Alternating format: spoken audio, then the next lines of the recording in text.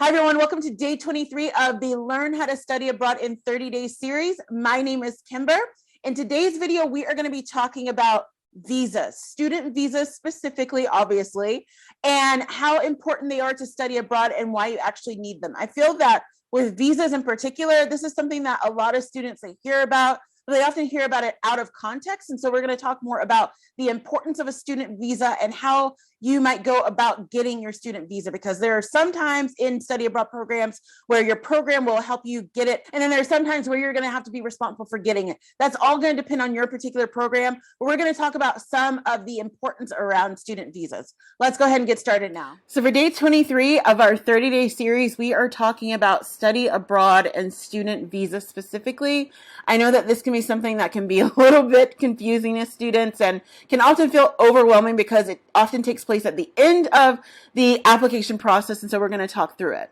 So what is a study abroad visa? So visas are very important because they are your gateway into any country, and specifically with students, you're going to need them because you need that verification to be in the country. You will see as you start going through and looking at visa websites and trying to see it that there are all different types of visas. So pretty much most countries have a visa for every different type of person that wants to come into the country, but they play a huge role in the immigration process. And this is something that we know definitely throughout the past 10 years or so, that a lot of countries have tried to crack down and tighten up their any type of loopholes or anything that is related to visas, because they want to make sure that they are being a lot better at verifying who is in the country and for what reason. So that is why the visa is so important. And I think that with a lot of students, it can be overwhelming because for students who are trying to study abroad, some of you have to get it on your own, and it can seem very intimidating, even though in a lot of ways it's simple if you follow the steps. But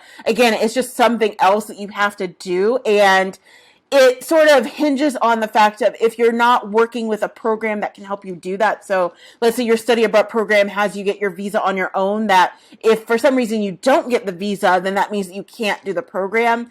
And there's not so much of that reassurance. Whereas if you were doing it all through the program, they were able to get it for you and have that extra backing behind you. It just makes you feel better. So I know what that feels like, and we're going to talk a bit more about that. So the reason why visas are a must. So I put this together to give a little bit of an illustration to help you better understand if you still don't really get what a visa is. So you'll see here that there is a house, there are keys, and then there is a contract or a lease. So your study abroad program is the house. That is what you are ultimately after. That is what you want to get. That's where you want to be. Your dream, you have found it. Now, to actually get into the house, you're going to have to access your program. So that means that you have applied to the program, and now you have the keys to the program through your admissions.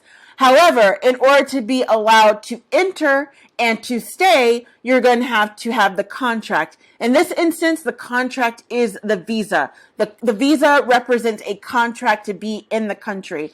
The reason why we say that is because visas typically will label and say how long you can be in a place, what are the restrictions of your visa. So if you can work, if you cannot work, if you are allowed to take on freelance work, if you are allowed to volunteer, if you are allowed to travel in and out of the country, there's all these different things. So access to the program is through your application, and then the commitment is through the visa. So I hope that makes it a little bit clearer and why it's necessary. For most study abroad programs, with the exception of, I know that there is a little bit of wiggle room. For example, if you're in the EU and you go to some place like the UK, which is no longer in the EU, you still have to have a visa, but there's a different type of visa that takes place because, again, there's a lot of partnership there and a lot of different rules. But for most countries where you're going, you have to have a student visa. And that is another thing to point out too, is that a lot of what we hear about immigration and just throughout the world, not just here in the US, but all around the world, is a lot of students end up overstaying their visas. And I just want to say that, I'm not trying to make a political statement here either way, but that it's not something that you want to do. Again, within the past 10 years, more specifically within the past 5 years, a lot of countries have really kind of hammer it down on that of, you think that, okay, I'm a student, I'm not here to do any harm, but regardless, you need to follow the rules of the visas, and it gets a lot more intense nowadays. So make sure that you're not overstaying your visa. You want to make sure that you are always on clear ground with that. So your application needs for your visa, what you're going to have. Now, again, if you are if you have the opportunity to do it through your program, it may be slightly different, but typically these are the things that you're going to need. So you're going to need to have your acceptance letter because, again, that is the entry. Those are the keys to the house to get in. So you're going to have to show your acceptance letter to show that you have a reason to be going to the country in the first place. You're going to need to have your passport. Again, the passport is sort of the universal entry document that everyone needs to travel internationally. It's not really going to work if you just have a driver's license for your home country, although that does tie into number 3 because a lot of times you may still have to provide a driver's license and or a birth certificate or something similarly that is another form of identification. You will need proof of your finances. Now, I know with a lot of students, this can be very scary because you're like, oh my goodness, like I'm getting a scholarship or I'm getting student loans and they're not released yet. Now, with that situation where it's going to be not coming, let's say, from your family, it's not going to be directly in your bank account, that is okay. Proof of finances does not mean you are showing that you are liquid with, I don't know, $40,000 in your bank account right now. It means that you are showing that you have proof that that money is on the way. So a lot of times you can work with your scholarship benefactor, or you can work with the student loan company to make sure that they give an official letter on letterhead saying, this is when the payments will be issued. This is how much I am giving them. This is how much they are going to be getting, just so that that's very clear. Also, too, a lot of times, though, you do have to show a certain amount of money in your bank account. Again, that depends on what country you're going to, what type of length of program you're going for. But one of the things that a lot of countries do want to do as well, in addition to making sure that you are not overstaying your welcome in the country, is to also make sure that you are not going to need to go on benefits or any type of public assistance. And again, not trying to make a political statement, but just to say that countries should want to and have to take care of their own people first, and they can't always afford to take care of people who are coming from outside the country. So you are going to have to show that you can support yourself and not need to have benefits. A lot of countries outside the U.S. obviously have free healthcare, or, at least a more affordable healthcare, and that is available to people who are not citizens, but that is typically the only thing that is available. Things like benefits in terms of food benefits or other types of benefits are not usually available to people coming outside, and definitely not to students. So you'll want to just keep that in mind. Proof of housing, similar thing. They want to make sure that you're not going to be living on the streets.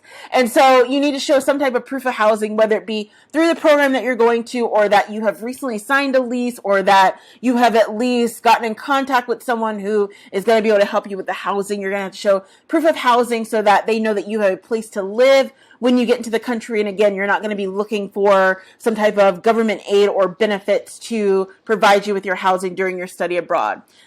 Last but not least, just kind of overall general of these 6 is proof of travel. So as we just talked about, you don't want to be overstaying your welcome or overstaying your visa in the country. And so depending on what type of program you have, particularly if it's a semester-long program or if it's a little bit longer, let's say it's a year-long program, or even if it's a full degree program, but with that, it's a little bit different because if you're there for 3 years, like you may not book something out 3 years in advance. But with kind of a baseline of it's, let's say, a semester-long program, they're going to want to see that you have booked your travel to go to the country and then get out of the country. Now, it could be where, let's say you're doing back-to-back programs like I did for my graduate degrees. What I had to do was I had to book flights for going into the country and then coming out of the country, and then I came home for the summer. I was going to do that anyway, but it was nice that I was coming home for the summer because I had to book to go back into the country and then come back out. So it's little things like that, because a lot of times a visa may just be issued for a year or for the amount of time that you're going to be there. So even if, let's say, you want to travel after your program and you're only going from January to May, so what you may need to do, it's not always like this. Again, it depends on where you're going, but what you may need to do is you go in January and then you come out in May, maybe you can just be out for a couple days, and then you go back in and you're just on a different type of visitor visa. So there are all different types of ways around that, but you want to make sure that you're very clear about that. And a lot of times they will want to see proof of the fact that you are planning to come in and that you are planning to actually leave. So just keep that in mind. So with cost of a visa, I know that similarly to the program itself, this can seem a bit overwhelming when you're thinking, okay, this is something else that I have to pay for. Yes, as we've already established, study abroad is an expensive endeavor, although it is life-changing, so it's worth it. But visas are not as expensive as you would think. So they're definitely not going to be as much as the program itself. But again, it really varies depending on where you're going and how long you're staying. So to give you some context, and again, this is going to depend on where you're going, so you're going to have to get very specific about whatever country you're going to. So most visas cost between 168 US dollars and 550 US dollars. So translate that into whatever your currency is. And so it's not like it's cheap, but it's also not super expensive because, again, you're typically only paying for it one time. Now, if you are doing multiple programs, keeping in mind that you will have to often re-up that. But based on the overall context of the program, it's not going to be super expensive. For some countries, it can be a little bit more than that or a little bit less. It all depends on the context of when you're going and where you're going. So just keep that in mind that it is an extra expense. But again, as you're going through and doing your budgeting, as we've already kind of talked about, you can build that in, particularly if you know that you're going to have to fund your visa yourself. So just think about that in terms of your overall budget.